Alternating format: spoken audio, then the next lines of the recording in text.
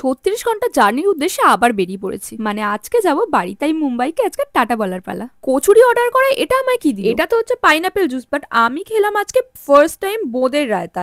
Yes, I don't know what is the actual name of this dish, but we are call in Bengali it's বোঁদে। বোঁদের সাথে দইয়ের combination, এটা তো আমার লাইফে ফার্স্ট টাইম। যাই হোক, ট্রেনে তো আমি উঠে গেছি আর আমার সিট পড়েছে জানলার ধারে। আর এই জানলার ধারে সিট পড়ার কারণে আমি কিন্তু মুম্বাইকে যেতে যেতে প্রচন্ড মিস করছিলাম। তার কারণটা তো আমি তোমাদের দেখাচ্ছি। মাই গড, ভিউটা দেখো, জাস্ট অসাধারণ। এখানে হয়তো তোমাদের সেরকম কিছু লাগছে না, বাট কিছুক্ষণ পর যখন আমি ঝর্ণাটা দেখতে পেয়েছিলাম, সেখানে না যেতে পেরে যে আমার কি আফসোস হচ্ছিল। তারপর হঠাৎই দেখলাম এসে গেছে বৃষ্টি, আর ওখানকার ওয়েদারটাই ছিল হয়তো ঠান্ডা।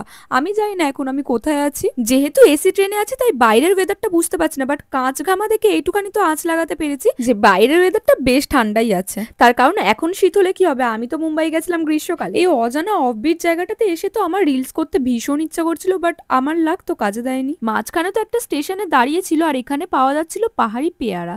এই পিঙ্ক কালার পেয়ারা তো আমাদের ওখানেও পাওয়া যায়, বাট এটা ছিল পিঙ্ক পাহাড়ি পেয়ারা।